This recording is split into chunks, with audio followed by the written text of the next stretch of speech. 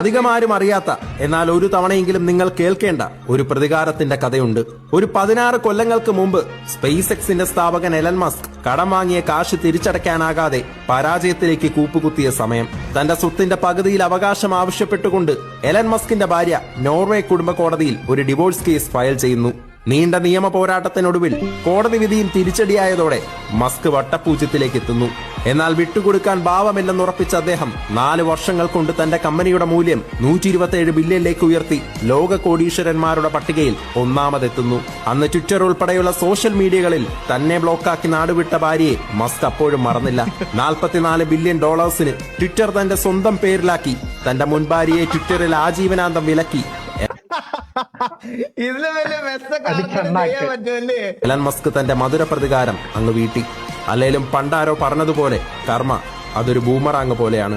ഇന്നല്ലെങ്കിൽ നാളെ അത് നമ്മളെ തേടി എത്തിയിരിക്കും.